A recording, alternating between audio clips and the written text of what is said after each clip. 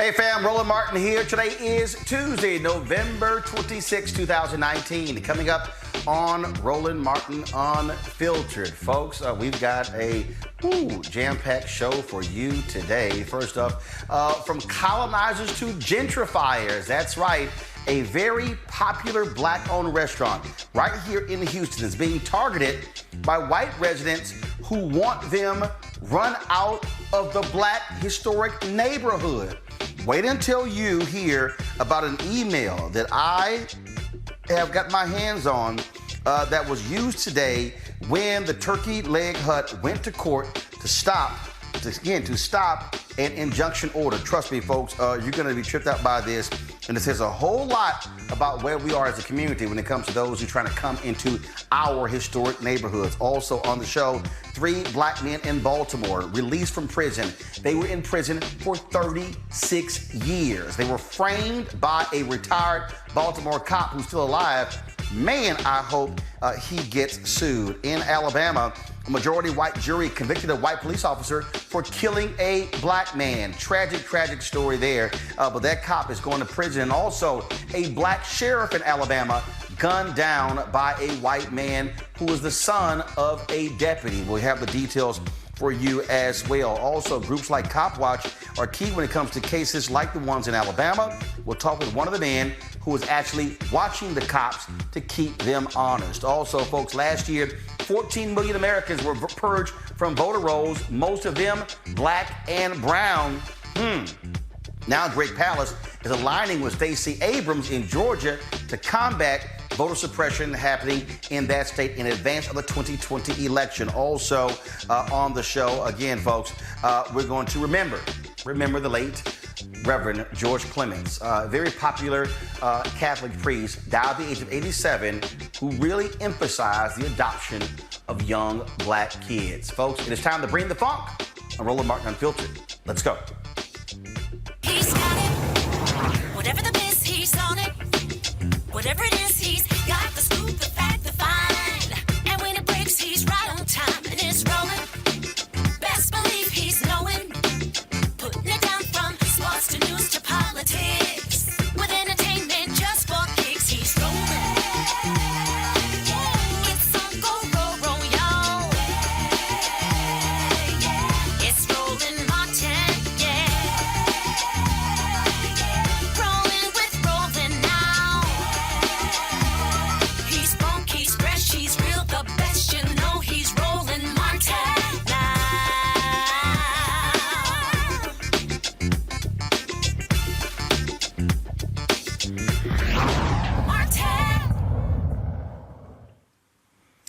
Folks, 3 black men who served 36 years in a Maryland prison were freed Monday after new evidence exonerated them in the killing of a Baltimore teen in 1983.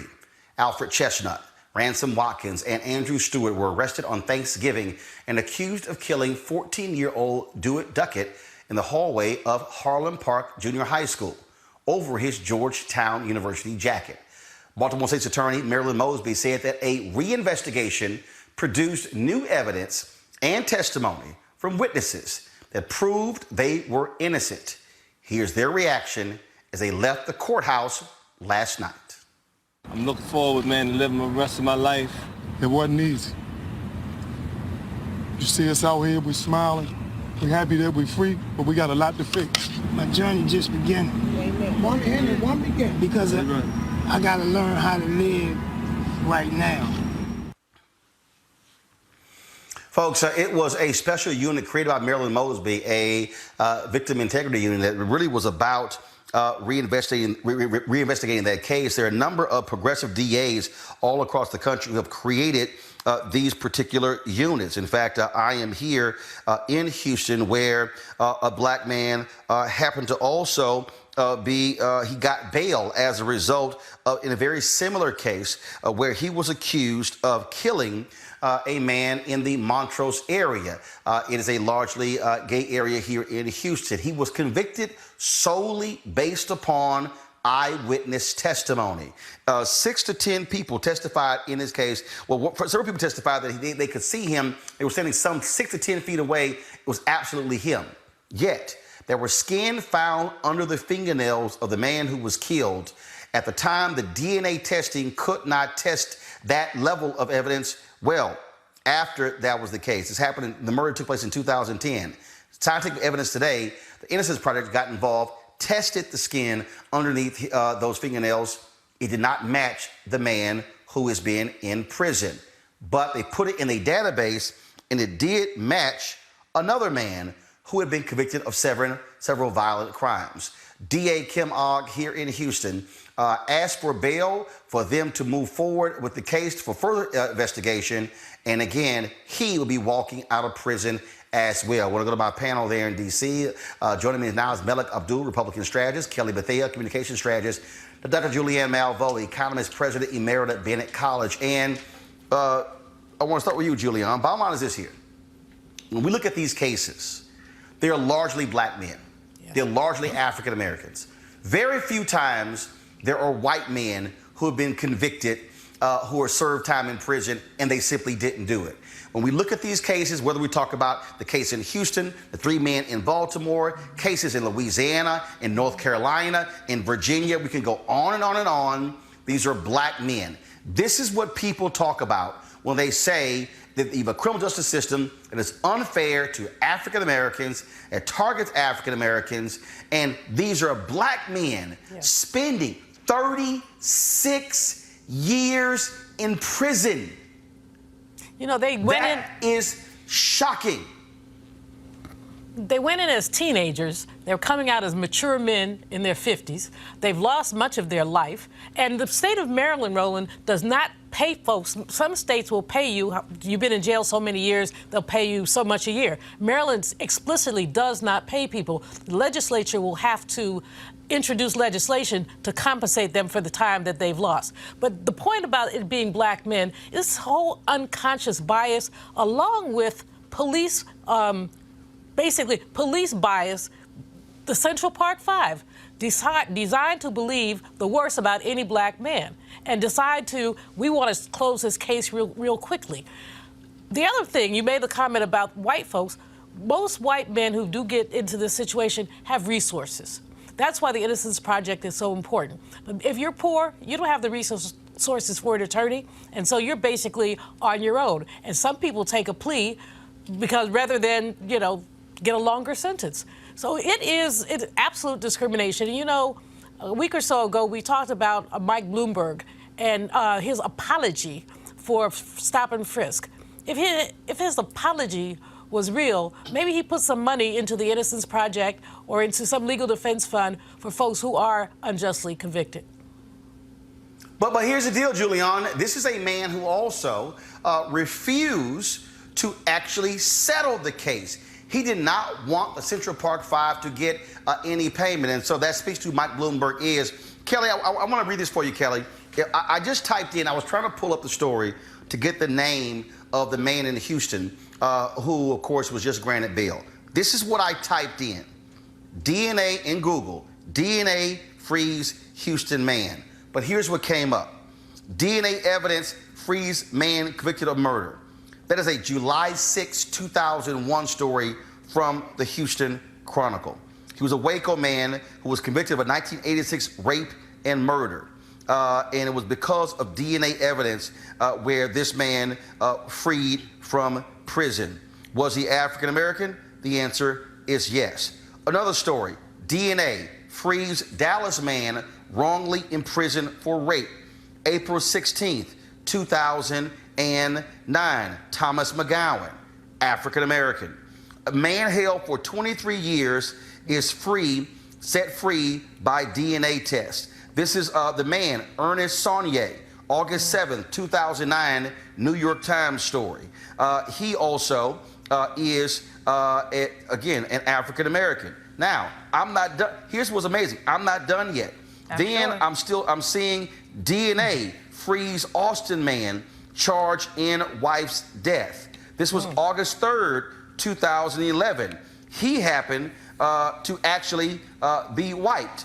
DNA frees another inmate wrongfully imprisoned. It goes down. I mean, you can continue to go see these stories, and it's amazing. The more I haven't even gotten to the case yesterday.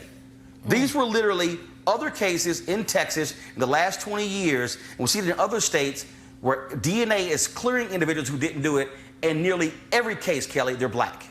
And what's really sad about this is when DNA testing did become a mainstream way of was integrated into like boilerplate investigation of homicides, murders, what have you, they knew at the time that it was still something that was a work in progress. So for you, even though DNA is definitely necessary for investigations, it's not perfect. And the accuracy to date, even now, is still not perfect. So with these cases that have been, because of DNA testing now, these men have been freed. I feel like there should be an initiative nationwide regarding DNA testing, and there should be a database or something of to that effect that will basically review these cases as DNA testing gets more advanced. Almost automatically, these cases that have DNA testing as a result of their incarceration, they should have first dibs on getting that case reviewed upon a new development in DNA, because this is just not fair. It's not fair at all. It's even worse, man. Like when I see this story here, you're going to see this is from the Marshall Project. When Jerry Hartfield walked out of the Hutchins State Jail in Dallas on Monday, the date line of this story is June 12, 2017. When he walked out of the jail on Monday into the sunlight in the arms of his family, he became one of the most unlikely prisoners ever to be freed early in Texas. He wasn't exonerated or released on parole. He wasn't pardoned by the governor. No one else has confessed to the murder for which he was convicted in 1977. No DNA cleared him. No witness recanted. No celebrities pleaded his cause. Hartfield was freed from prison because Texas finally gave up trying to find a valid reason to keep him there. He had waited 35 years between trials without a conviction, a prisoner simply forgotten for decades in the state's massive justice system. What we're seeing, that's just a very unique case. When we talk about these integrity units, where you have people, it happened here in Texas, in Dallas, Craig Watkins, the first black DA in Texas, created a unit to retest cases. More than 30 people were actually freed. What Marilyn Mosby is doing in Baltimore, what is happening all across the country, they are going back and frankly looking at messes created by largely white district attorneys who threw people in jail, who basically used shameful testimony, who collaborated with unethical cops to put people in jail. And I dare say in that Baltimore case, if I was the city of Baltimore, I would try to take that cop to court who framed these three black men, who is retired and getting his pension, but they're going to have to pay because of his actions. On your last point, I absolutely agree with that. They absolutely should target his pension. This is good news in the sense that they got out, but we hear these stories over and over again. Just as I was doing some of the research on it, when you think about the fact that since 1989, the 2,500 or so men and women who were actually exonerated, 49% of that number were black men. So that's data. You can fudge data a bit here and there, but that's data that we have that we can use to make the argument that this is something that we definitely need to pay attention to. I was listening to the case that you said. But Melly, not just data. Don't leave out how much it cost. Well, yeah, what you're talking about is billions. Of those wrongfully convicted, 49% are black men. Folks, since 1989, taxpayers have spent or cost them almost $1 billion to incarcerate black men and women later found to be innocent. Nearly $1 billion. Yeah, and if you think about that, I mean, if you really kind of you know, expand that a bit, it really shouldn't. We shouldn't be surprised at that, because when we consider the amount of money that we use to incarcerate people who should not be in jail at all, whether that's on the mental health side, whether we're now trying to do with the decriminalization of marijuana, you know, this country has no problem sending people to jail and forcing taxpayers to actually pay for that. One thing that I wanted to mention, though, you know, as great as the effort is with the Innocent Project and some of the other projects that are out there, one thing that we have to mention, you know, and we're talking about a presidential election here, you know, this is, you know, one of the reasons that people are hesitant to support prosecutors and for President of the United States. And I think we've only had a few, maybe 2 or 3 prosecutors, former prosecutors, who become President of the United States. And that's not to put the onus on any particular person, in this case, Kamala Harris, but when people have reservations about prosecutors, you know, all of that angst is built in and whether or not we should support someone. But I'm glad that these guys are out. I think that we should continue to support. I wish we had a more bipartisan effort around these things, but, you know, our politics is what it is. But it's great that they've been released, but let's work on getting everyone else out who shouldn't be in there, including the people, not just who But, you know, let's work on making sure also that they're compensated. Julian, hold on. Here's the deal. To Malik's point, look, you can be leery by supporting a prosecutor, but here's the deal. Thank God for black prosecutors, like former prosecutor D.A. Craig Watkins in Dallas, and Marilyn Mosby, and the late Kenneth Thompson in there in Brooklyn, and Aramis Ayala, who was there in Florida, the first black state's attorney, and Kim Fox in Chicago, and then of course you have Larry Krasner, who was white in Philadelphia. Thank God you have these progressive prosecutors who were elected, who beat Republicans in Virginia, who just won an upstate race in New York. These progressive DAs who are the ones leading the charge. And let's not forget, Julian, it is Donald Trump's Attorney General, William Barr, who gave a speech saying that these progressive DAs are going to cause an increase in crime. It is Donald Trump's district attorney who is against these progressive DAs. It is Donald Trump. Because Malik, you talked about our politics, but Julian, it is Donald Trump himself who spoke to the law enforcement officers, the police chiefs at a convention in Chicago a few weeks ago, criticizing these progressive DAs. They are the reason these units have been created, but Donald Trump and his DOJ do not want these progressive DAs in power. You're absolutely right, Roland. If you look at 45, I don't like to call his name, but if you look at 45 and his actions, especially with his judicial appointments, what we're going to see is less leeway. Judges have a lot of discretion. We're going to see some of them using less discretion, going by the book. Even there have been cases where the DNA evidence exonerated somebody, but the judge would not dismiss the charges. So we're going to see a lot more of that.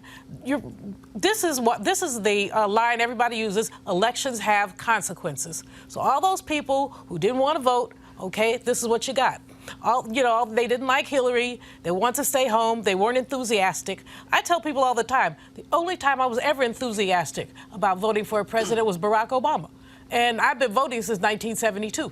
So these false narratives are really what we could leave us with this same situation again. And the other thing I was saying when Malik was talking, I want there to be federal legislation to require states or others to compensate people for the time they've lost. Absolutely. These people are going to have to find jobs. They probably never had a cell phone in their hand. Any number of things. They need training. They need employment. They need opportunities in education. And basically, in the state of Maryland, there is no requirement to do that. And Malik, I got to ask you. I mean, you talk about our politics. You voted for Trump and Mike Pence. This is the same Mike Pence who refused to grant a pardon to a black man who was exonerated. Mike Pence was the governor of Indiana. His own pardons board voted unanimously to release this black man, Keith Cooper, who was convicted, served time, almost 20 years, and Mike Pence refused to even grant the pardon. So when you talk about our politics, it is largely Republican politicians who do not want to honor these commitments and who are the ones who are opposing these folks being granted pardons or release? Well, I don't have any evidence to back that up. I hear what you're saying about I'm sorry. Okay, Here's well, the deal. I'll let you finish my point, right here. Roland. I'll let you finish my point. Go ahead. I'll let you finish. Melick, you said no, hold up. Well, you said no evidence. I barely got 5 words out before you interjected, so I'll let you finish what my point was. No. I only want to show the audience. This is a story from the Christian Science Monitor. The headline, Why Mike Pence Won't Grant Pardon to Exonerated Indiana Man. His name is Keith Cooper. I want everybody watching to Google it. I interviewed Keith Cooper. I talked to him and his lawyer. Those are facts. Okay, I said I don't know anything about it. But go right ahead. You giving me that information while we're on air. I said I didn't know anything about it, which is actually true. I don't know anything about it. Sure, Mike Pence can be held accountable for that, but this doesn't need to be a conversation about Donald Trump, because I'm pretty sure that a lot of those people who were exonerated, they were locked up under various presidents, under various departments, departments of justice. No. Okay, well, I'll let you finish my point again. No, Melick, Melick, you said the issue is not locked up under various presidents. I am speaking specifically about the fact that progressive district attorneys are creating the kind of units to reinvestigate cases that freed the black man in Houston, that freed the 3 black men in Baltimore. And what I'm saying is the man who you supported and the man who you will support next year is against those progressive DAs. Well, His Attorney General, Roland, I've literally never heard Donald Trump speak out against any DA who was fighting for people to be exonerated while he was here in office. Are you serious? He was in Chicago. He did that. Wait a minute. Melick, just 3 weeks ago. Okay, well, just go ahead. Where have you been? Go ahead and finish what my point was, Roland. You seem to do that better than me. No.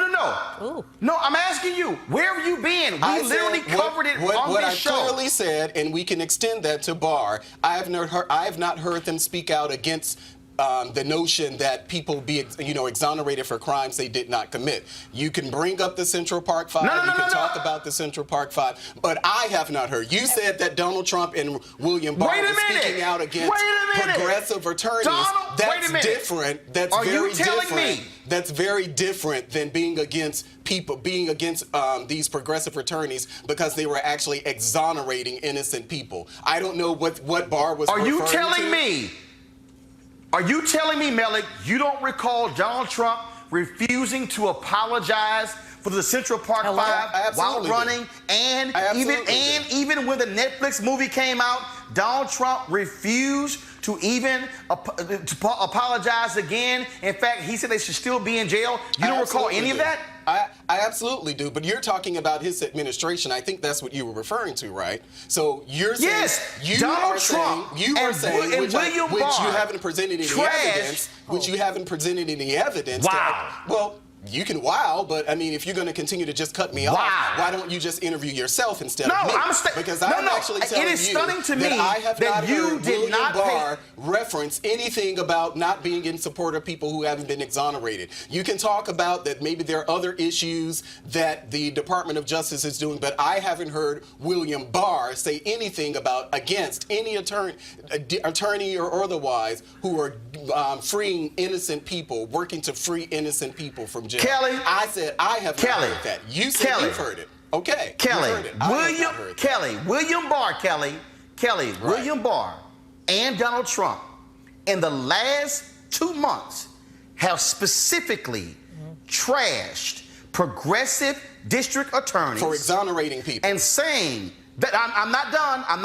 Mm-hmm. They have trashed them, saying their election will cause crime to increase. So if, Kelly, you're a communications specialist, if you say that progressive DAs should not be elected, what comes along with those progressive DAs are innocence-type projects to retest evidence. So therefore, if you don't get progressive DAs, you don't get these programs, okay, Kelly. So this isn't anything you have any evidence of, you're just saying. So, Kelly, go right ahead, Kelly. So to your point,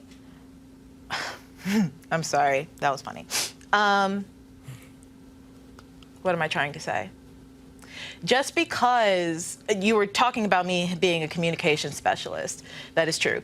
But even if they didn't explicitly say these DAs are bad, their silence actually speaks more volumes to the issue than anything else. If you have a DA, such as Marilyn Mosby, who is exonerating 3 people who have been in jail unrightfully so, unlawfully so, for 36 years, and you don't hear the head of this country, your commander-in-chief, the head of the executive branch, actually congratulating her on such an effort, asking the 3 to come to the White House, whatever. Like, if you're talking about communication strategy, that would be something that a president who supports a progressive DA would do. Because we haven't heard anything from Donald Trump on this issue, and then compound that with the fact that he has been packing the courts with judges who are against DAs who advocate for this issue, that speaks more to me about their positioning when it comes to such things as the Innocence Project, what they do, exonerating people, wiping slates clean. So I don't have to hear 45 say something explicitly vile, because his actions and implicit bias is already vile enough for me to determine that he is not for these progressive DAs. Nothing in his administration has reflected anything progressive. Nothing in his administration it's not a progressive administration. But that's my point. What I'm saying is, nothing that Donald Trump is going to say or going to do is going to align with these DAs. So it doesn't surprise me that he hasn't said anything, but it's also disheartening that he wouldn't. Well, Kelly, you know, he went to Chicago. He spoke to law enforcement people. He's spoken to folks. He's disparaged the progressive DAs. Oh, absolutely. And For exonerating people? Is that what he's done? Mel, like I'm talking. You keep telling Roland not to finish your point. Don't finish mine. Okay, you sure thing. But in any case, yeah, not for exonerating people, but for their position on law and order. This president is straight and narrow. Punish him, throw away the key. Put him in the jail and throw away the key. Well, folks like Marilyn Mosby, like Kamala Harris, when she was in the Bay Area, she was a progressive DA. There were some flaws and some problems, but she basically tried not to incarcerate people. Mm-hmm. These folks are using their discretion to try to keep black folks and brown folks out of jail, especially when there's some question mark. In contrast, you look at a Michael Bloomberg who more than almost 6 million New Yorkers were stopped for stop and frisk. Rudy Giuliani, 45's Ace Boom Coon. I mean, he was the one who started this stuff. It's not even that it's a conservative administration. This is an anti-people administration. He's gone in, you know, he saw Kim Kardashian and he's freed somebody. He saw somebody else and he freed somebody. He's doing this one by one when he really could basically let a lot of. You mean like the First Step Act? I don't have a problem with the First Step I'm Act. just saying that's just you know, again, but that's something that he did. I mean, to say that he's anti-people. Julian, here's the reality. First of all, here's what I do. I don't chase the rabbit. I'm on this topic. And this topic is very simple. And that is this. You dug the rabbit hole, excuse me. When it comes to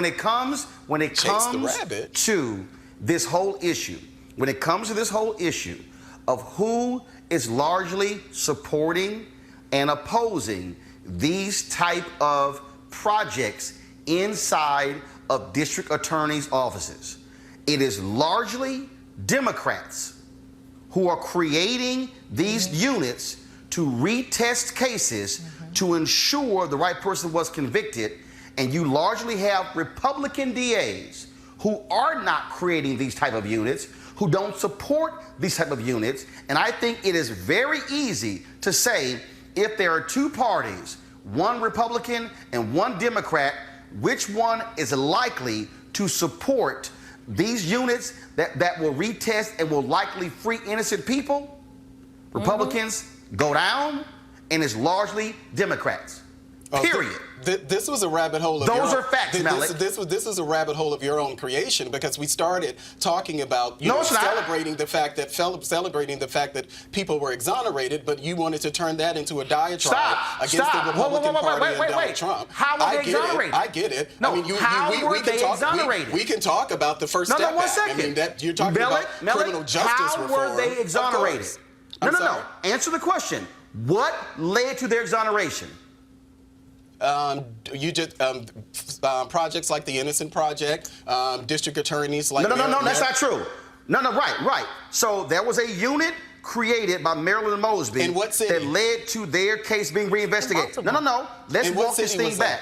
What, 1 second, what led to them being freed? The creation of a unit by Marilyn Mosby. What led to the creation of that unit? The election of Marilyn Mosby. Okay. I can make it perfectly. And what led to these folks being freed in Dallas County? The election of Craig Watkins. What led to the election of Craig Watkins? Him beating a Republican for DA. What led to these units being created in Brooklyn? The election of Ken Thompson. See, I can go down the line. Show me an example, Malik. Take your time, where Republicans are leading the effort as DAs to create these type of units that will be freeing innocent people. I'll wait. Well, we're on the show, so I'm not going to do the research while we're here on the show. But the president has actually... No. But the president has I'll actually... wait. Okay, You can I'll Google just let right you now. just interview Please, yourself by all means, when you think you're talking to me then, Roland. Pull your phone out, Malik. Pull your phone out. I'm not going to pull my phone out on air evidence to help you whatever argument that you want to make. You're talking about a rabbit hole. You just created an entire crater that you're jumping down just to make a point against the Republican Party and Donald Trump. I get it. This is the strategy. Doing these things. I get it, but I would prefer to talk about the criminal justice reform efforts that the president is actually taking up. But that wouldn't satisfy you because you would rather talk about every other thing that the administration is doing wrong. That you don't agree with. We're on this topic. Well, Donald Trump wasn't the topic, though. That was your rabbit hole. Remember last week you talked about deflection and rabbit holes. Donald Trump wasn't the topic. You made him the topic. Let me remind you. You spoke about where our politics are when it comes to these people issues. Who are running for president of the United States. And yes. About prosecutors. Right, that's what I was talking about. You took it to William Barr and everybody else because, Kelly, it's a viral moment for you. Kelly, here's the reality. The reality in this country, Kelly, and this is a fact. The reality in this country is that when it comes to these races, and we just saw it in November, we literally just saw it, where you had progressive district attorneys who were Democrats running in Virginia, where you have had longtime Republican prosecutors who were talking about creating these type of projects. This, Kelly, is indeed a political issue. And if you had to say which party is more likely to create, in essence, innocence type projects inside a district attorney's office, it is going to be Democrats versus Republican. Kelly, your thoughts?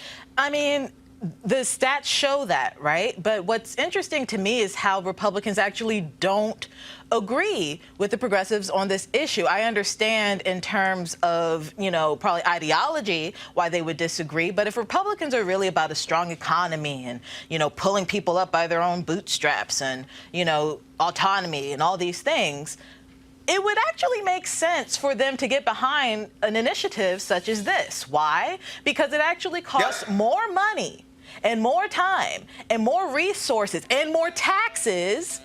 Emphasis on the taxes. It would cost more on the American taxpayer to keep these people in prison, to keep them unemployed, to keep them in the system than it would to get them out and actually rehabilitate them so that they can actually be the productive members of society that Republicans swear up and down black people aren't. So... Well, that's a lie.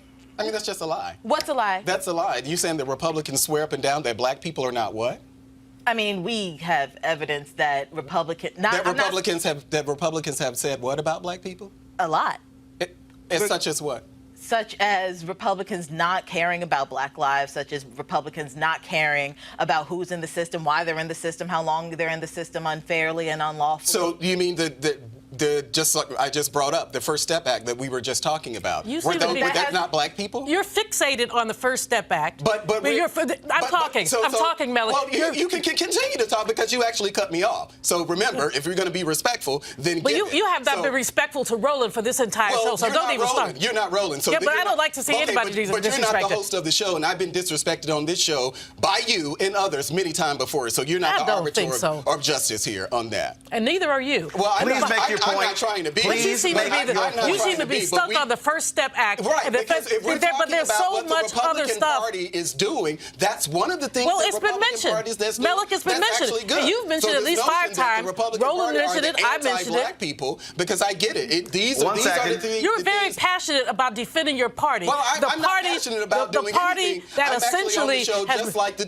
all of us. I don't think that you're passionate about things that you're disagreeing with. One second.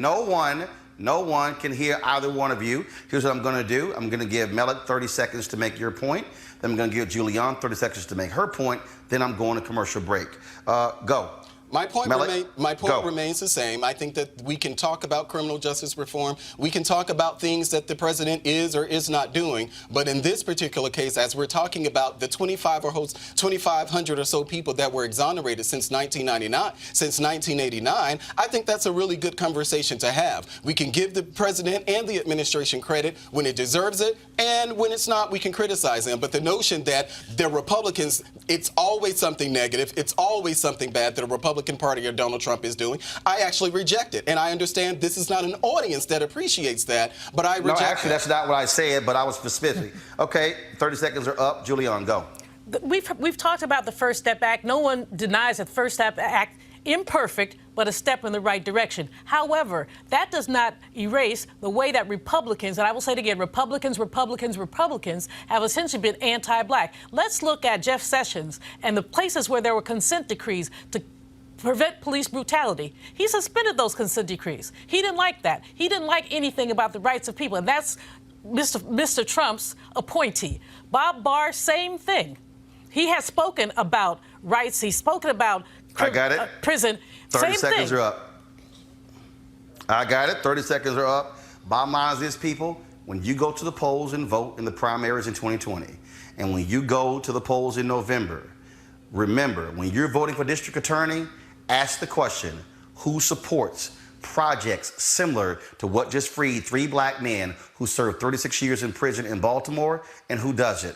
Ask the question, who supports doing nothing against these police officers who framed Black men who served 36 years in prison, who now retired? Who are the people who want to go after their pensions, who want to hold them responsible? Ask yourself the question, which one of the candidates, whether they're Democrat or Republican, are going to line up on those issues, and you vote accordingly. Got to go to a break. When we come back, we'll talk about a white cop in Alabama who was convicted by a all-white jury for killing a Black man, and also what's the latest on a Black sheriff in Alabama gunned down by the son of one of his deputy sheriffs. This is Roland Martin Unfiltered. Back in a moment. You want to check out Roland Martin Unfiltered? YouTube.com/Roland S. Martin. And subscribe to our YouTube channel. There's only one daily digital show out here that keeps it black and keep it real. It's Roland Martin Unfiltered. See that name right there? Roland Martin Unfiltered. Like, share, and subscribe to our YouTube channel. That's YouTube.com/Roland S. Martin. And don't forget to turn on your notifications so when we go live, you'll know it. All right, folks, it's the holiday season. This is when you think about spending time with the family and friends. This is also when you count your blessings and support those less fortunate. This year, be a holiday hero and change someone's life forever. Right now, hundreds of thousands of Americans are sitting in jail without being convicted of a crime. Why? Because they lack the financial resources to pay their bail. Now think about it. If you are arrested for any minor offense, you will be taken directly to jail. If you don't have bail money, you will stay there until a court date is scheduled. That could be days, weeks, or even months. Simply put, America's bail system is broken for people of color. Freedom folks should be free. That's why the Ebony Foundation has partnered with the Bail Project and is sponsoring the Home by the Holiday campaign. The Bail Project has helped bail out thousands of people over the years. And with your help, we plan to bail out 1,000 people by New Year's Day. How's that for a holiday gift? A donation from you today can change someone's life tomorrow. Did you know people of color represent upwards of 90% of the jail population across the country? Without bail, nearly 90% of those charged with misdemeanors plead guilty. However, with paid bail, less than 2% receive a jail sentence. Folks, sometimes justice needs just us to fight to join the fight. You can be a holiday hero by donating $25, $50 or more to help the Ebony Foundation bring our brothers and sisters home by the holiday. To donate, go to homebytheholiday.com. It's homebytheholiday.com. All right, folks, 2 stories out of Alabama. First, the jury in Ozark, Alabama on Friday found a white officer guilty of manslaughter in the 2016 shooting death of Greg Gunn, an unarmed black man. The DA says the state will ask for the maximum sentence. Prosecutors had charged Aaron Cody Smith with murder, but jurors returned the unanimous verdict on the charge of manslaughter. Smith shot Gunn during a stop and frisk when he was walking home late at night in Montgomery, Alabama. The case didn't get a lot of national attention, and 8 judges refused to try the case. The trial venue was changed from a majority black city to a rural, mostly white county. Still, in less than 2 hours of deliberation, a majority white jury convicted the officer for killing an unarmed black man. Kelly, this is obviously shocking to a number of people, but think about that. Even though this man was found guilty, 8 judges refused to even try the case. They moved it from a majority black city to a rural area. These are the type of decisions, I go back to Kelly, why district attorneys matter. Where they moved it. And this DA got an indictment for murder, but again, a jury is unwilling to convict a cop of murder. They would rather choose manslaughter. I mean, the fact that 8 judges said no to this case is very telling as to where you are, and 2, their mindset regarding the case. But kind of sort of the joke is on the people who tried to change venue after venue, because that was the whitest venue with the whitest audience with pretty much the whitest jury, and he still got convicted of something. Like, that part was shocking to me. Like, you were in Alabama in the whitest of white lands, and you still got a conviction on a white man killing a black man. And it goes to say that, one, there is some hope that there is a change in terms of people's mentality regarding police brutality, but it's also telling at just how wrong this cop had to be in order for any type of conviction to have been made. Because every single thing that the cop should have done in this case, based off of what I read regarding the facts and whatnot, every single step of the way, every single part of the procedure, he just did not do. So I think it was more of a logical explanation as to why he got convicted, as opposed to, you know, Black Lives Mattering, if that makes any type of sense at all. I'm not saying that these white people don't think that, but something tells me it was more along the lines of logic as to how and why they came to their decision. I would be very interested, Mel, to see what happens in this case where Lowndes County, Alabama Sheriff Big John Williams was shot to death on Saturday at a gas station where people often hung out. They had a call there about loud noise there. He approached a truck to ask them to turn the noise down, and it was when this young man, William Chase Johnson, the son of a Montgomery County Sheriff's deputy, who shot and killed the sheriff. They were looking for him. He returned later, it was around midnight, with the gun, walked up and said, "I did it," and turned himself in. Unfortunately, talk about a sad case, Big John Williams, his own son, was actually at that gas station and witnessed his father being gunned down. Just a shocking story. This was a beloved black sheriff, worked there for about 40 years there in Lowndes County, Alabama. And so you would hope that a jury there will seek the death penalty against this young man who shot and killed this sheriff. But it also shows you again the uneven justice, where in this one case, a cop who kills a black man who is found guilty of manslaughter, not murder. The question now then becomes, will you have this white kid who kills a black sheriff?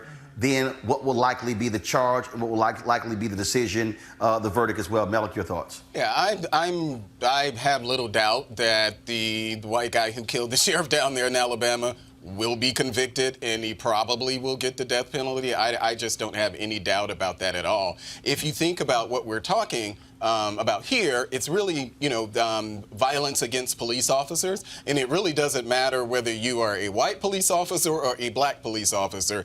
If you harm one, chances are, if you actually make it to jail without being shot or killed first, the jury's pretty much is going to convict you. The other case that you were referencing about the cop, this is just another, it's another example of what we've seen in other areas around the country where juries themselves find it very difficult to convict police officers, whether it's a white police officer or a black police officer. But as far as Alabama is concerned, I imagine, despite the fact that he is the sheriff's son, not the sheriff's son.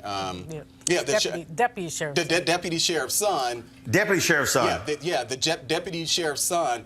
I just have little doubt that a jury is not going to convict him. Like he's going down for. I don't know about that. Got it, Julian. I don't know that he's going down. White folks pull all kind of rabbits out of the hat in order to make excuses. Maybe he was crazy. Anytime somebody, mental incapacity, something like that. I mean, he should be thrown up under the jail because violence against a police officer is often seen as a greater form of violence. But I'm not sure, and I want to know, actually, why does his daddy still have a job? Because if that was his father, he learned how to hate black people from his father. He learned how to do it in his home. Now, to the other case with the white police officer being found guilty, what I think about that, Roland, is that happens so rarely. It happens so rarely. I'm not going to see it. Kelly says it causes her to have hope. It doesn't cause me to have hope. It's like a black swan. It so happens so infrequently that while it's correct, it's not. I don't see it as a trend. I'm just trying to be optimistic. Well, I'm just trying to be realistic. I know. I'm usually realistic, but I'm just like, it's out there. Well, we have to take hope wherever we can, but we also have to be realistic whenever we can. I agree. And as Malik said, this is the state of Alabama. This is the state of Alabama, y'all. So, Jeff Sessions country. Roll Tide. Oh, all right. Gotcha. First of all, we talking about murder here, so we ain't talking about no football game right now. But let's talk about, speaking of who watches the cops, the killing of Michael Brown, an unarmed black man teenager, and of course Ferguson, Missouri in 2014 started a movement of citizens policing the police. In fact, even long before that, I remember in the 80s, that was a group who was actually using videotape to tape cops in California who were doing wrongdoing. Well, Copwatch is one of those organizations, and you can see them in action on a new series on BET. It's called Copwatch America. Here is a clip from the show. I'm the new guy, I'm the rookie. I've been doing activism for, right now we just celebrated my 1-year anniversary of being an activist. My trigger point was Shakisha Clemens with the Awful House protest that we did last year. The Awful House was when she was dragged, she was slammed, derobed, and this was in Mobile, Alabama. And I went down as radio personality to cover the story for entertainment purposes. And then when I saw what was all going on in Alabama, it kind of hit me in a different way. And then I was like, we got to make a little different response with this. And next thing you know, City was an activist. All right, folks, joining me right now is Christopher City Mungan. Christopher, welcome to Roland Martin Unfiltered. How's it going? Thank you for having me. I talked about this going back to the 80s, but in fact, reality is it goes back even further. Black folks have been watching the cops and watching racist white folks since we had the opportunity. If you go back to the 1960s, you're the deacons of defense that protected black neighborhoods from Klansmen, and a lot of times those Klansmen were on police forces. Then, of course, you also had efforts in the Black Panthers, same thing, created to protect black folks from police brutality.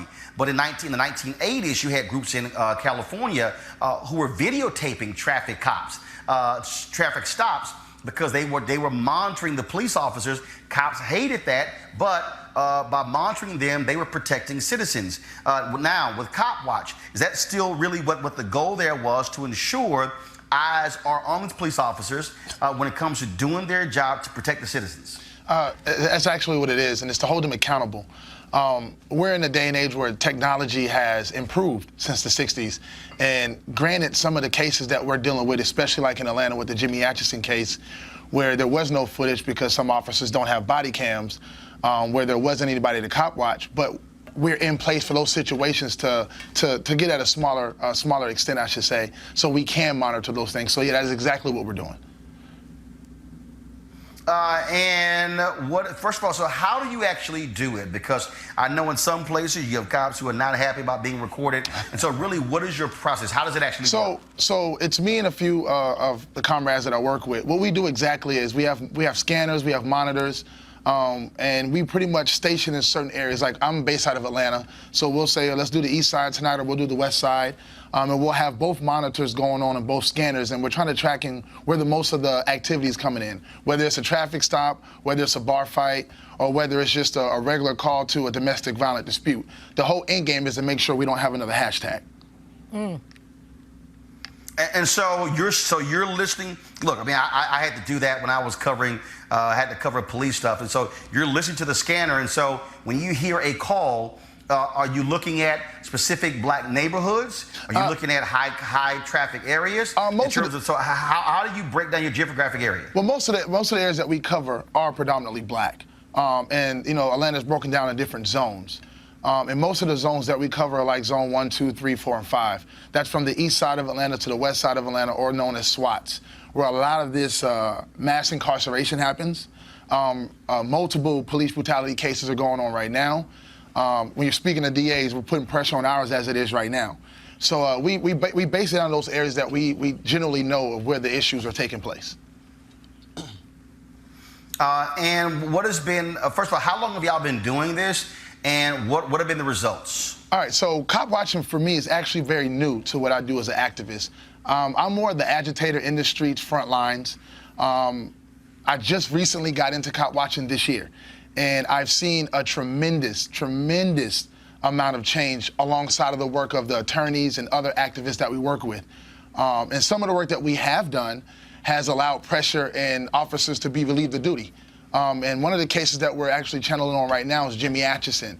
Granted, we weren't there as a cop watch, but as a case that we've put a lot of pressure on that now stems all the way down to the DA, which is Paul Howard, actually one of the first black DAs in Georgia, came in '97. And right now he has 7 cases on his desk, and he's just sitting with his feet up.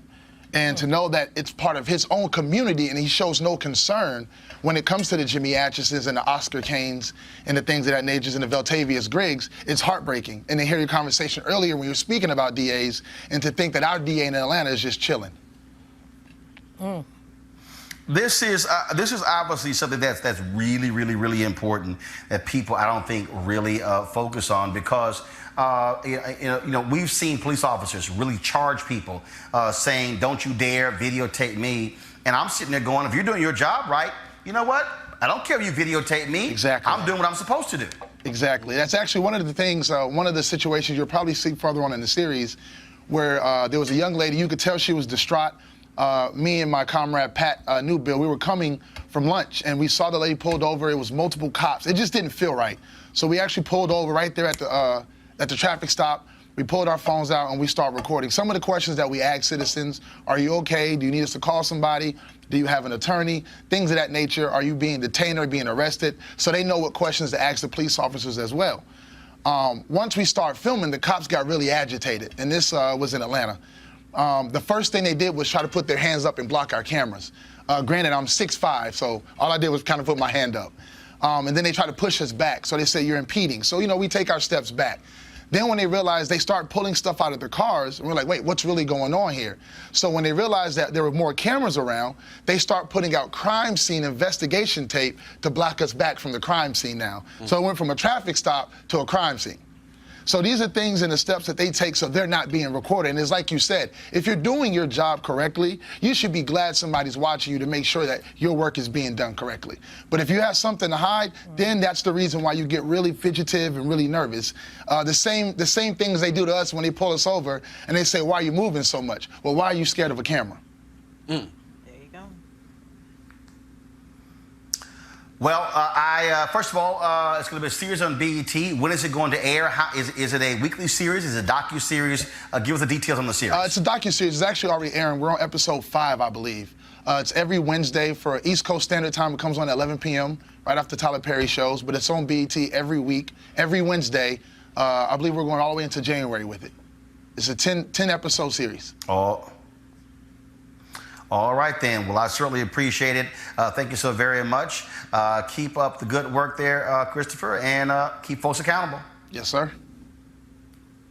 All right, folks, got to go to a break. When we come back, we're going to talk about Greg Palast fighting voter suppression across the country. Who are the people who are largely leading it? Republicans. No shock. We'll break it down next to Roland Martin Unfiltered. You want to support Roland Martin Unfiltered? Be sure to join our Bring the Funk fan club. Every dollar that you give to us supports our daily digital show. There's only one daily digital show out here that keeps it black and keep it real as Roland Martin Unfiltered. Support the Roland Martin Unfiltered daily digital show by going to RolandMartinUnfiltered.com. Our goal is to get 20,000 of our fans contributing $50 each for the whole year. You can make this possible. RolandMartinUnfiltered.com. You want to check out Roland Martin Unfiltered? YouTube.com/Roland S. Martin. And subscribe to our YouTube channel. There's only one daily digital show out here that keeps it black and keep it real. It's Roland Martin Unfiltered. See that name right there? Roland Martin Unfiltered. Like, share, and subscribe to our YouTube channel. That's YouTube.com/Roland S. Martin. And don't forget to turn on your notifications so when we go live, you'll know it.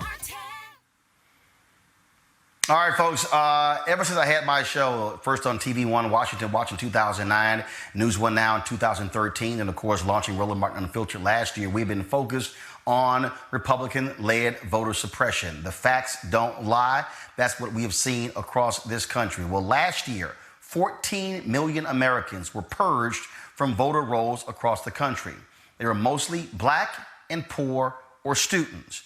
Joining me right now to discuss his investigation into voter purging is investigative journalist Greg Palast. Greg, welcome back to Roland Martin Unfiltered. Glad to be with you, Roland. I make this point all the time, and the bottom line is this here. When it comes to people who are purging voter rolls, it is largely Republicans who are leading this effort in states across the country. Fact or fiction? It's a sad fact. It's Jim Crow all over again. You know, in the 50s and 40s, 50s, and 60s, it was the Democratic Party who blocked black voters in the South. Now that's the GOP. And it's real simple. It's not that I don't really believe that characters like Brian Kemp are racist. That's the governor of Georgia, who's, I call him the Purgeon General of America. What he cares about is the color of your vote, which is blue. That is Democratic. You have Democrats, you have black folk, Hispanics, and now Asian Americans in Georgia are voting substantially Democratic, as are young people. If they let everyone vote, Georgia will be a solid blue state. Same with Mississippi, same with Alabama, same with Florida. They know it, and therefore the only way they can win is by removing voters of color. That's it. Look, you talked about that. In fact, a Republican strategist said in North Carolina, on the record, that if black folks were the ones voting Republican, Republicans in North Carolina would not be trying to suppress their vote. For me, it doesn't matter what your party is. I don't care. Just like I disagreed in 2000 when the Gore campaign tried to throw out some military ballots because they said more than likely they're going to be for Bush as over Gore. My deal is no, you count every vote. It doesn't matter where they come from. And the Republican Party, it was Colin Powell, when he went to North Carolina, called out the then Republican governor of North Carolina and said, stop trying to disenfranchise and take the vote away from African Americans. That's right. Back in 2000, I was with The Guardian. And by the way, I'm joining The Guardian again out of England, because in England, they really are watching vote suppression in America. You don't have much of a following of this issue by, unfortunately, my U.S. colleagues in the press. But back in 2000 with The Guardian and BBC Television, I uncovered that, tens of thousands of black men were removed from the voter rolls as felons. Not one. Their only crime was voting all black. There was not one illegal voter. Not one. George Bush became president by 537 votes, minus the tens of thousands of black folk voting. When you talk about, what is the Republicans' line on this? One of the main people I spoke to, a Reverend Thompson, he was removed from the voter rolls, an African-American minister, when he was forced by the lawsuits that came out of my investigation. They said now he can vote. He went in and he registered, by the way, as a Republican. And they said, well, if we knew you were a Republican, we'd have let you register in the first place. They literally said that to him. If we knew you were a Republican, we'd have let you register. You know, he just saw black minister, obviously a Democrat. He may want to think his position, by the way. That is, and look, you know, Malik's on my show. He's a Trump supporter. He's a Republican. And he's like, hey, you know, you always criticize Republicans on this. But this, to me, is very clear. The Republican Party understands that their voters are largely white. They know that black and brown people vote against them because of their policies. And if they actually got their policies right, they probably would be able to compete for black and brown votes. But they don't. And so they are appealing to white voters on these issues. And I'm going to keep calling them out. But what they're trying to do, Greg, is they're trying to literally steal elections. They want to shrink the voting rolls because when there's a smaller voting population, they win. Larger turnout, they lose. Bernie Sanders literally said that a few days ago. That's correct. And the Reverend Jackson and I, Jesse Jackson and I, were talking to Bernie Sanders, one of the few people who's actually saying, hey, we have to make this an issue. Everyone should be allowed to vote. Now, when you have to understand the massive size of this purge. You mentioned 14 million people in the last year. We know. I actually sued Brian Kemp, Secretary of State of Georgia, while he was running against Stacey Abrams for governor of Georgia. And he had removed 500,000 voters from the voter rolls. I sued him, got the voter rolls, got the names and the addresses of people he purged. He said those people had left the state or moved out of their county. My experts went through that sheet and found out that in Georgia alone, he had illegally removed 340,134 voters. That's 1/3 voters. We're not sampling. We have their names and addresses, and that's what we're fighting to get those people back on in my investigations. And Georgia isn't alone. Brian Kemp made himself governor of Georgia, winning over Stacey Abrams by a few thousand votes by removing hundreds of thousands of black folk, including, by the way, Martin Luther King's 92-year-old cousin. She'd voted the same station for 50 years. I was there when they threw her out of the voting station. 92-year-old cousin of Martin Luther King, voting every year, every election, since her cousin was murdered. We are taking this investigation to Ohio, to Michigan, to Wisconsin, to Mississippi and North Carolina and other states where we know that they are illegally and wrongly purging people. Our experts, we've filed legal actions in 26 states so far, and we expect to get those lists, and I'll be reporting on that, well, for Roland Martin, Unfiltered, and the Guardian newspapers. Well, look, Greg, anytime you want to come on the show, you are more than welcome. This is a critical issue, one that I have focused a significant number of years of my career on, because I don't care who it is. I don't care if you are white, if you're black, Latino, Asian, if you're young, old, if you're gay, straight, doesn't matter. You should not have your vote taken. It should be done fair and square. And bottom line is, if you want to beat people, beat them on the issues. Don't beat them by cheating. Greg Palast, where can people actually contribute to help your project? Where should they go? To gregpalast.com. Gregpalast.com. You can see a little film about the work I did in Georgia in 2018 that we're going to take nationwide. And I always appreciate tax-deductible donations, but we're doing this work. They can't stop us, and I'll keep reporting for you, Roland. Thank you. All right, Greg, thanks a lot. GREGPALAST.com. Greg, thanks a lot. You're the best. Thank you. Bye. All right, thank you. All right, Melik, what the hell's up with your party? Why can't they win fair and square? Why cheat? As I've said, each time we've had this convenient conversation on your show, I don't agree with any effort to suppress the vote. I think that the more people who are allowed to vote, whether it's college campuses or whatever the case may be, I fully support that. I kind of chuckled just a little bit when I heard your guest say that but for voter suppression efforts, Mississippi and Alabama would be solidly blue. I mean, I don't know what he's using to make that assumption, but I don't believe it as someone who's from Mississippi himself. But yeah, I don't agree with any efforts to suppress the votes. There are a lot of conversations that people have with people are, say, well, this is voter suppression versus that's voter suppression. If it's something we were talking about something like voter ID laws or something, a lot of people feel like that's voter suppression. I personally I'm not opposed to the idea that I'd have to show my ID when I go into a polling place, but I understand that many people do believe that that's voter suppression. But I don't agree with, outside of that, I don't agree with the efforts to suppress the vote.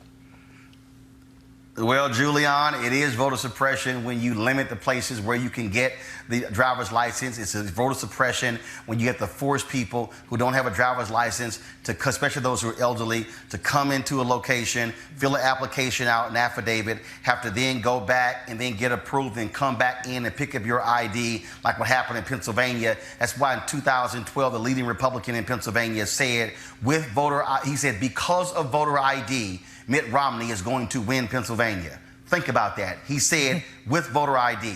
In 2016, Julian, the Obama Department of Justice approved the voter ID plan of Wisconsin, but what happened? A federal judge called in then Governor Scott Walker's office saying, why are you dragging your feet in the issuing of voter IDs? Upwards of 200,000 people in Wisconsin were impacted as a result of the voter ID law. Then, of course, you had the whole issue in Ohio when Ken Blackwell was Secretary of State, saying that the weight of the paper did not actually meet the state standard. I believe the state standard was 70-pound paper, and then it was a 60-pound paper. They even tried that one. Then, of course, you also had in Ohio, Julian, in 2012, when the Obama campaign had to sue Ohio because in the counties where Republicans led the state board of elections 3-2, they extended voting hours. And in those counties, where the Republicans led voting efforts, yes, they extended those hours. In areas where Democrats led, they actually restricted voting hours. All of that is voter suppression, Julian. Absolutely. There has been a conscious effort to deny people their right to vote. I love Greg Palast. He does such great work. He's been documenting this for some time. But the fact is that I think the IDs are voter suppression. I think that what they did with polling places in Georgia, let's say in 2018, at Clark Atlanta University, at one of the voting places, they had 10 machines, but only 3 of them were working.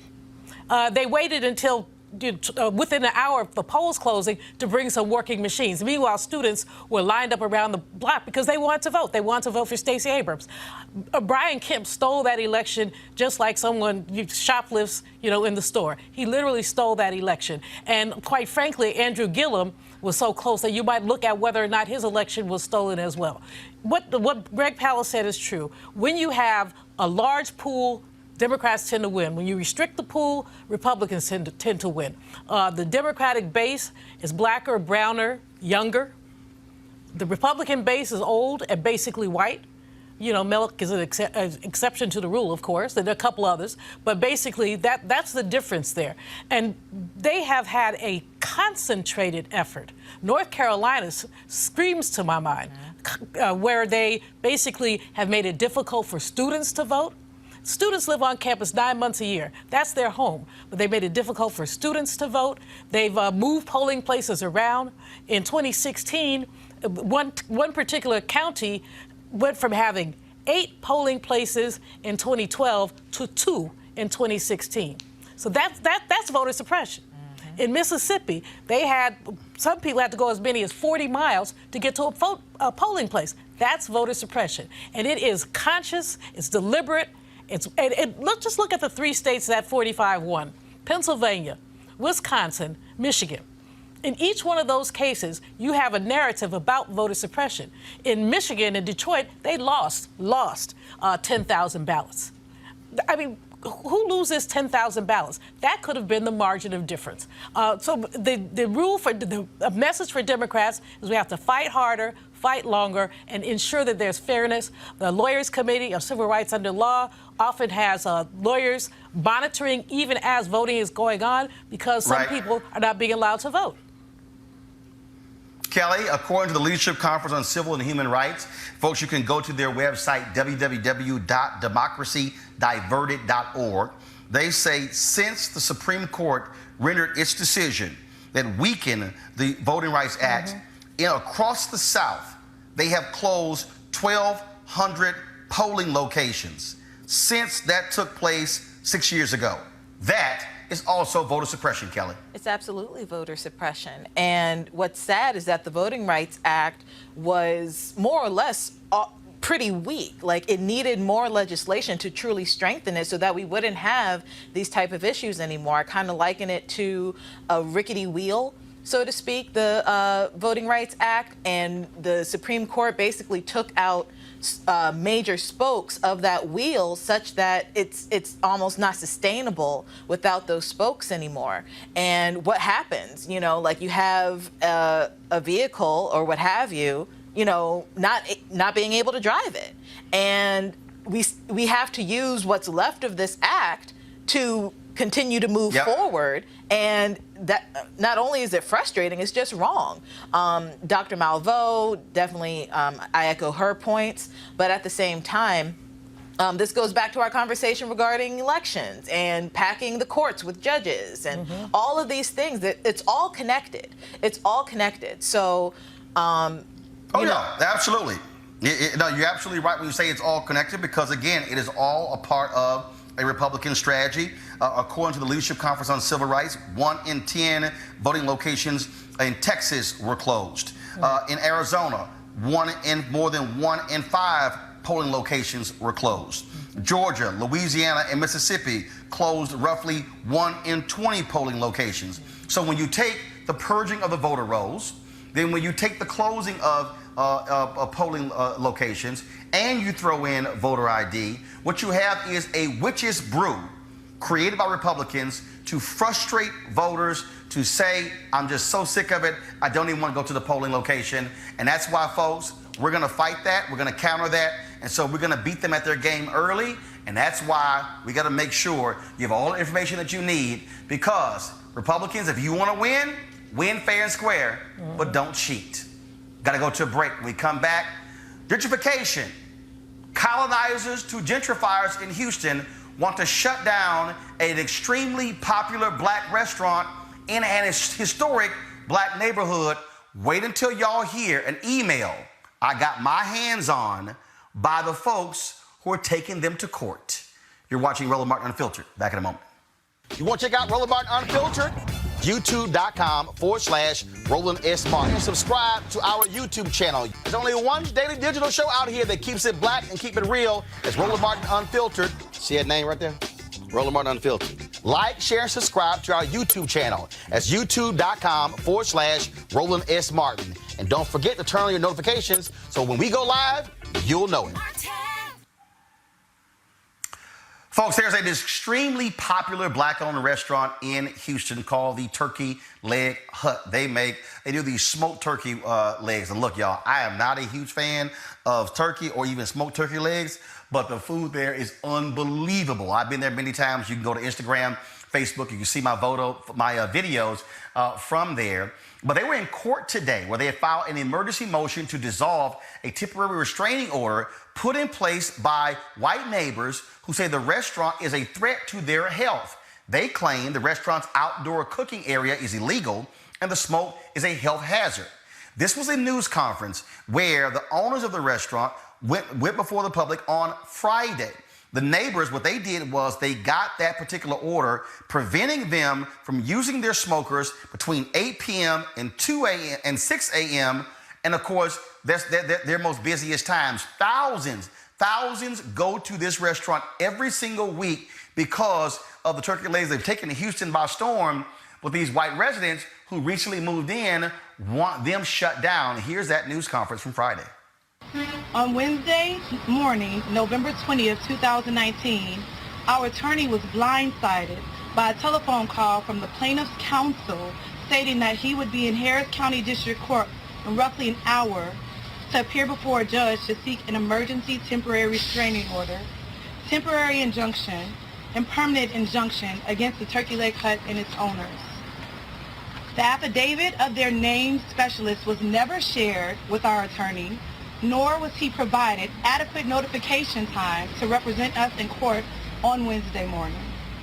The lawsuit was filed by a handful of people who want to vilify the turkey leg hut as a nuisance to the community. We have successfully operated our business in compliance and cooperation with the City of Houston and its ordinances, despite repeated attacks from this handful of people on parking, noise, and now smoke for the past 2 years. It is difficult not to presume that they simply don't want us here. And Wednesday's lawsuit was a failed attempt to permanently shut down the turkey leg hut. With regard to the allegations in the lawsuit that the smoke from our turkey smokers is a public health risk, the plaintiffs and their counsel have a private party posing as the City of Houston Health Department. The allegations are purely speculative and with no proof whatsoever. Contrary to what the plaintiffs are saying, the turkey leg hut currently has all of the permitting that we need to operate. We want to be very clear. We care deeply about the people in this community, as well as our employees, customers, and the City of Houston. We have heard and listened to the handful of complaints about the smoke from neighboring residents and have been actively pursuing a resolution in response to those complaints. On September 25th, 2019, we received approval from a permit for the construction of a ventilated, fully enclosed smoke pit area to resolve the problem. Before construction can begin, approval of a replat is required by the city, as the pit is currently located on the subdivision line, and the city will not allow structures to be built over the subdivision line. A public meeting was held by the City of Houston Planning Committee on October 31st, 2019. At this meeting, the Planning Committee required us to present our plans to the Museum Park Super Neighborhood, which we did. At the Museum Park Super Neighborhood meeting held just last week on Wednesday, November 13, 2019, a handful of neighborhood residents showed up to oppose us building the enclosure that will solve the very problem that they filed the lawsuit on this past week. Despite the opposition, we answered all questions regarding the replat, as well as questions regarding the pit area. All right, folks. Now here's the deal. Okay, so they they went to court today trying to get it lifted. I'm still waiting. I'm texting the owners right now to find out, of course, what actually happened. But check this out. Y'all about to really trip out. I got my hands on an email. And first of all, part of the ruling today when we went to court, they included in their motion some of what's in this email. But yeah, I got my hands on the email. And y'all ought to see the crap that these folks actually said in the email. The email was written by this guy, Matthew Trail. The email is from October 5th, 2019. This is what he writes. Chris Feldman is their lawyer. Chris thinks we have a good case going forward on the nuisance issues such as smoke and noise in the city's non-enforcement. He is going to research if there are permit deed restriction ways that we can prevent the parking lot, but he says that does not fold as neatly into the nuisance complaint as the other issues. Still, it will be part of the overall nuisance complaint, and if we are successful, we might be able to stop it altogether. Then he says the best idea from yesterday is Chris is going to create the special mini neighborhood organization to bring the suit. This is good news for us because it means none of us have to bring the suit in our own names. We will essentially all just be members of this organization that, quote, decided to sue. They have that in quotation marks. It should shield us somewhat from individual discovery requests and makes litigation a lot simpler for Chris's firm. We need a name for the organization, so feel free to suggest. Greater Rosedale Protection Association, Alameda Quality of Life, the Justice Society of Tomorrow, I don't know yet. This organization will sue on our behalf, and we all would just be its members. The money that you contribute would just be toward your membership, and you would not have to say that you are directly funding a lawsuit. In boldface, this does not mean complete anonymity. Your name as a member would still be out there. It just means the litigation does not have to be in our individual names. We're thinking that Josh and I will be managers and someone else will be the president. I'm going to invite the MPNA to join as well and also ask them for money if they have any. Chris is committed to keeping our cost to a temporary injunction to $20,000. We will know by that point what sort of defense they will have and what sort of success we are having. It is still very important that you all join the organization and contribute to the lawsuit. We still need to raise the money. The organization is still just us working together. But I got y'all email. We need to collect money from everyone. No one is demanding a specific amount, but please contribute what you can. Let Josh or me know when we can come by and pick up checks. Everything will be held in a trust account by Chris's firm. Please make the checks out to Feldman and Feldman PC. All right, y'all, now check this out. The next big thing is record keeping. Chris asked that from now on we take video of anything that looks like nuisance. If you're out and you see a loud car or motorcycle, take video. People peeing on your fence, video. Drunk folks staggering back, video. Smoke billowing through the neighborhood, video. Loud music, video. I know most of us might have thought about avoiding our homes next Sunday for the street party. They had a festival, y'all. But he said to take video of that especially. All nuisance in whatever form, we need to video from now on. This is the key. The ultimate goal of this litigation is obviously for the turkey leg hut to be somewhere else and not on our corner. But that cannot be the stated goal. Let me read that again, y'all. Wow. The ultimate goal of this litigation is obviously for the TOH, turkey leg hut, to be somewhere else and not on our corner. But that cannot be the stated goal. So we also need to think of injunction relief that we can ask for, such as cook off-site or build a sort of filter that no one would ever know you're cooking, no music past 9 p.m., no use of bass or subwoofers at all, signs up telling their patrons to keep the noise down, no parking lot. If no parking lot is not possible, then I was thinking that they have to provide an officer there to keep the peace. Hopefully we can just stop the lot, some sort of monitoring system for both noise and smoke that will result in them being fined if they go over. If you have other suggestions, please give them to us. Now, let me explain to y'all. This thing is so popular that the owners bought several nearby lots because of all the people who are coming there. This, y'all, is a historic black neighborhood. 3rd Ward is where JFK's high school, my high school is. It's where Texas Southern University is. Alameda Road, where Houston, like literally across the street from Turkey Leg Hut, is KCOH Radio, the most historic black radio station in Houston. That's where Skipper Lee Frazier, all the artists used to come in, all the Motown people. Alameda Road used to be the corridor of black businesses in 3rd Ward. It's just across the freeway.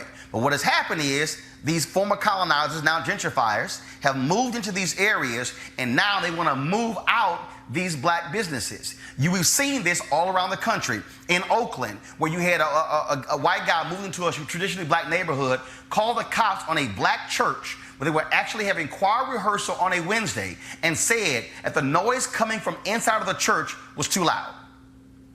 You've had, of course, where the black drummers in Harlem, they've been beating their drums every Sunday for decades. White folks moved in, called the cops. We want them to stop making noise beating those drums. Luther Campbell talked about the exact same thing happened there in Miami. Black neighborhood, whites moved in, wanted the traditional black things to stop, saying y'all are making too much noise. What you're seeing here are white residents in Houston specifically targeting one of the most popular restaurants in the city in an historic neighborhood, and they want them to leave. You heard them say, we don't want them on our corner. Kelly, this is what is happening in black neighborhoods nationwide that are changing. We saw with the go-go music in Washington, D.C., where they said, oh my God, turn that stuff down, and it was due to protest where the brother who owned that store brought the music back. But that's what we're seeing, where white folks are moving into black areas and changing the culture. Last one for you, Kelly, Shiloh Baptist Church, right there in Washington, D.C. White folks have moved in and said, y'all have too much parking on Sundays. That's where people go to church. They literally are trying to force Shiloh Baptist Church out of the neighborhood they've been in for more than a half a century. Kelly. I was going to actually make the point about Don't Mute DC, because this is definitely akin to that. But the fact that this is an email that went out to God knows who, and how many people, how is this not a modern-day Willie Lynch letter? Because this was almost a step-by-step process as to how to move Black people out of spaces that they've been in for decades, if not, you know, more than that. For you to not be there and then all of a sudden just come into somebody else's space, and because you don't like how they conduct business in their space that you just got into, all of a sudden it's a problem. But the more obvious thing is, isn't Texas like a huge barbecue state? Like, don't they have smoke everywhere because of restaurants? Like, first of all, you don't even have zoning restrictions, and so you can actually in Houston have a business right next to a home. You don't have that. And that's one of the issues you have. They're trying to get it shut down. Like, I just don't understand how you are in Texas, of all states, which, you know, for Texans, they would probably consider themselves the, you know, king and, you know, presidents of barbecue, what have you. I'm not going into that debate, but it's a big deal there. That is a part of Don't hate, we are. No, I literally don't know. Like, that's, right. I don't know. But what I'm saying is, you know, barbecue is a part of the culture of Texas in general, and you have the audacity, the testicular fortitude to go into Texas and say, don't smoke no meat. Like, that to me is just absurd. And the fact that they are going so far as to literally have a step-by-step process as to how to dismantle a culture in Houston that is insidious, that is harassment. I don't see how this is not malice and malicious. If anything, I would countersue and sue, you know, I don't know what the elements are in Texas, but intentional infliction of emotional distress is certainly something that I thought of. Gotcha. Negligence, harassment, slander, libel. I mean, just pile the book on it, because this is ridiculous. This is absolutely absurd. Julian, the couple who owns it, they actually live in the neighborhood. They're from the neighborhood. But again, we're seeing this all around the country. This is happening all around the country. Yes, it is. And, you know, not only is it gentrification, Roland, it's also economic suppression, because these people have put their heart and soul into this business. You could tell as the sister was reading her letter, put her heart and soul into this business, and they want to take it because it inconveniences them. That was just like the white boy who said Howard University should move. When Howard said, that they didn't want random dogs running around their camp, he actually, maybe Howard should move. I don't want to get mad all over again, you know, because that was no. But Roland, you got the smoking gun. I don't know how you got the email, but congratulations for getting it. Because guess what? That man who signed that email, he says we want to hide and we don't want anybody to be liable. Dude, you are liable, and the law firm is liable as well. They want to hide because they don't want to be sued. This couple needs to sue them for their homes, their automobiles, and everything else they have. This is just insidious, and it's happening, as you say, all over the country, where Black folks have built up a base, and not only a base, a historic base, and folks want to come and get it. Now they'll say stuff like, oh, it's the market. No, it's not the market. It's your caucasity. That's all it is. There it is.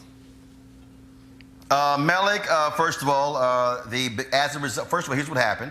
The Turkey Leg Hut owners got a hold of this email, went to court today at 2 p.m. The ruling came down that Turkey Leg Hut has been allowed to resume their normal meat smoking hours following an emergency hearing Tuesday afternoon. Owners Nakia Price and Lindell Price asked for the emergency motion to dissolve the temporary restraining order against the restaurant or the bond be raised. A judge has allowed them to resume their normal smoking hours until their next hearing on December 9th. They were restricted. Now they can go back. But again, the hearing was because of that email, because that judge now sees the real intention of these residents. This is an issue that, again, to Black folks all across this country, we are seeing this and experiencing this right here in Houston. We're seeing it in Harlem. We're seeing it in Oakland. We've seen it in Miami. We've seen this in Chicago, where again, these traditional Black customs, black things that Black folks have done for decades are being impacted by whites coming in saying, no, you can't do this. Remember the woman out in Oakland who told a Black man he couldn't barbecue when there were no rules against it? And of course, she called the cops. Well, hell, they've had barbecue parties every weekend ever since then. But this is what Black people are experiencing. Here you have a Black couple a hugely successful restaurant, only open 2 years. Thousands are coming through. Yesterday, they partnered with Joe Young, a basketball player, professional basketball player, handed out 3,000 turkey legs to the community for Thanksgiving. And these folks want them run out of the neighborhood that they grew up in. Yeah, I think it's you know, I'm glad you actually brought up the cases here in D.C. And just to be clear about the one with the go-go music, there are people who can reasonably disagree whether a owner of a store should be allowed to place a loudspeaker outside of his store. I mean, that people can reasonably argue that that's a nuisance. I get the culture argument, but people can reasonably argue that. As far as the Shiloh Baptist Church deal, parking is pretty scarce in D.C., and that's in the Logan Circle area. And for as long as I've been in D.C., the conversation about churches and parking and even bike lanes has been a huge conversation. And that's not really a racial thing as people are making. As far as the situation, as the situation in Texas, from what I'm hearing, it seems as if that there was an actual issue there with the smoke. Because the owner said that they actually are now in the process of getting the permits or something to have an enclosed space for that where it's proper venting or something. So it seems like that could be possibly a valid issue. Me personally, and of course I probably wouldn't move into a neighborhood like that, but I wouldn't want to live next to a store that has loudspeakers outside of its store all times of the day. I wouldn't want to live beside a restaurant or near a restaurant that has a smoker where there's a lot of the smoke and things like that. The issue with the nuisance part of it with the guests, I guess it's a lot of traffic or something. These are things that neighborhoods actually, whether it's a homeowners association or not, these are things that neighborhoods kind of get into. I think there's probably a bit of NIMBYism here, not in my backyard-ism going on here and what's happening in Texas, but they have the injunction, so they're going to be able to resume as usual. But I don't think that this is exactly as black and white as it is. I mean, there are plenty of people who can have issues with that same level of abuse. I know plenty of black people who would probably never move beside a building where they're playing loudspeakers outside of it. So I get the whole culture argument. Roland, it is wrong. It is racial. The reason this is a black and white issue, it is because this is not simply a one-off. Julian, I'm gonna let you make this point, but the reality is here. We are seeing this in black neighborhoods across the country. Yes. Where literally things that black people have done for decades are being changed, are being eliminated because whites moving in are saying, we don't like these things. That is indeed black and white. Julianne, go ahead. But basically these colonizers, and that's what they are. They're colonizers who have a sense of entitlement. People have been playing go-go music in D.C., forever. You don't like it? Move. You knew they had go-go music when you went there. The churches. Shiloh has been there for I don't know how long, more than 50 years, more than 60 years. You knew there was a church in the neighborhood when you moved to the neighborhood. You don't like it? Step. This is black and white because white people have a disproportionate amount of power to basically affect these changes in these urban areas. Yeah, the Shiloh issue, because I've lived in D.C. all of this time, and there are black people who have had these conversations, not just about Shiloh, but churches in general, and the amount of parking that people, and in D.C., just as it is with a lot of our schools, our schools here, there are a lot of residents who are not actually residents of D.C. They're coming from Maryland and Virginia into the city to park at these churches. So the parking thing has been an issue in D.C., whether you're black, white, Hispanic, or whatever. This has been a huge issue. So that's not a black and white issue. But the way that people choose to go around, churches should not have free reign to not just park, in particular with Shiloh, and just like it was with Metropolitan Baptist Church, which is probably about 3 or 4 blocks away from Shiloh. The issue is that there were the parishioners came into the city, and they were not just parking in zone parking spaces, they were double parking in those spaces. So there's a little nuance there that isn't just so white and black of people not wanting people. And I'm saying this as someone who knows black people who live in these neighborhoods where these churches are, and these black people have complained about the free reign churches have to park wherever they want to park, and they're not able to get to their front door because of the parking at the churches. Prove it, Malik. Prove it. You're always asking people to prove something. Prove that, because I live in that. You want me to invite them on the show or something? I want affidavits. I mean, I live in that neighborhood as well. Everybody is kind of bent out of shape about parking, but most people, and most black people, are not so bent out of shape that they are wanting to church to move. In addition, some churches like John Wesley on the corner of 14th and Corcoran, they have a solution where they bought a parking lot. And so basically people can go into this enclosed parking lot. Yeah. My church, Metropolitan AME, we use a parking lot across the street. So everybody acknowledges parking is difficult in D.C. anytime. But the way that people have gone after these churches is nothing but racial. Well, but what I'm saying, if I can make a point, regarding the parking issue, absolutely. Across the board, in D.C., parking is an issue. But what you don't see, which is why I believe this is a race issue, yes, they're dealing with Shiloh in this regard, but there are churches up and down 16th Street Northwest that haven't been touched by any type of injunction or complaint or anything like that regarding parking. There are churches up and down Northeast. Like, the closer you get to Capitol Hill, the less black people you see, but you also see more churches that are not rooted in African-American religion denominations. And I don't see anybody complaining about people parking there. So it is a race issue. All right, folks.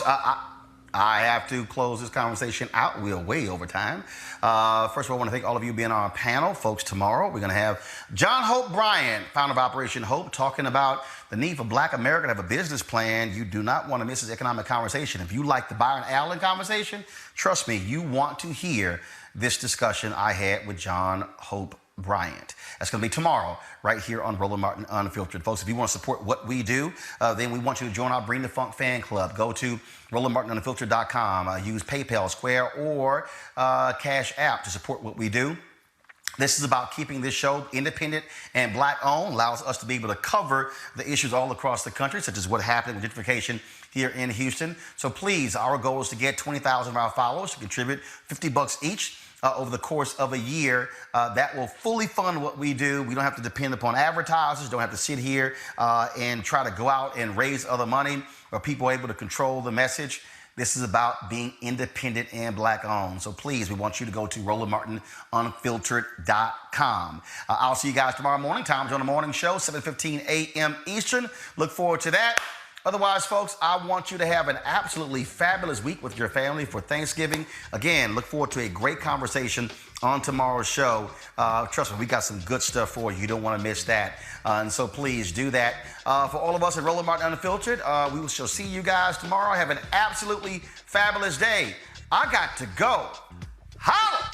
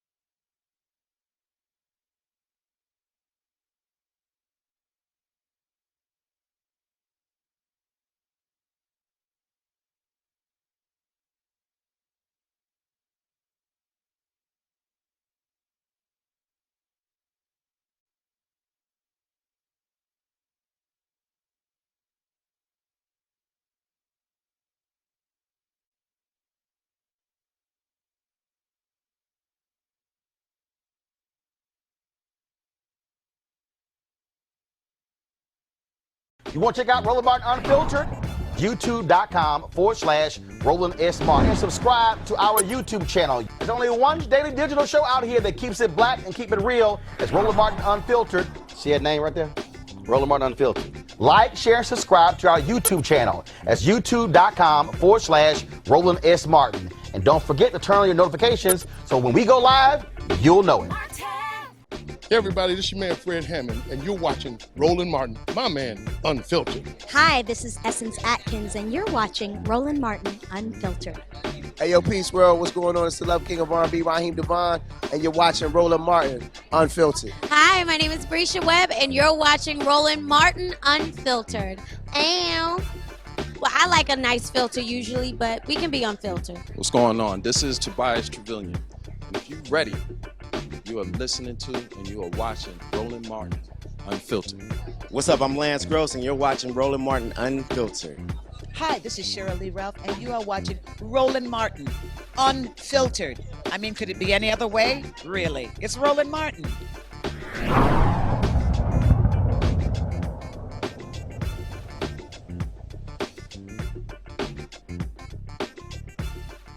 You want to support Roland Martin Unfiltered? Be sure to join our Bring the Funk fan club. Every dollar that you give to us supports our daily digital show. There's only one daily digital show out here that keeps it black and keep it real. It's Roland Martin Unfiltered. Support the Roland Martin Unfiltered daily digital show by going to RolandMartinUnfiltered.com. Our goal is to get 20,000 of our fans contributing $50 each for the whole year. You can make this possible. RolandMartinUnfiltered.com. Hey fam, want to check out Roland Martin Unfiltered? The blackest show on all of digital, cable, and broadcast. Check out our audio podcast. There's only one daily digital show out here that keeps it black and keep it real. It's Roland Martin Unfiltered. Press play.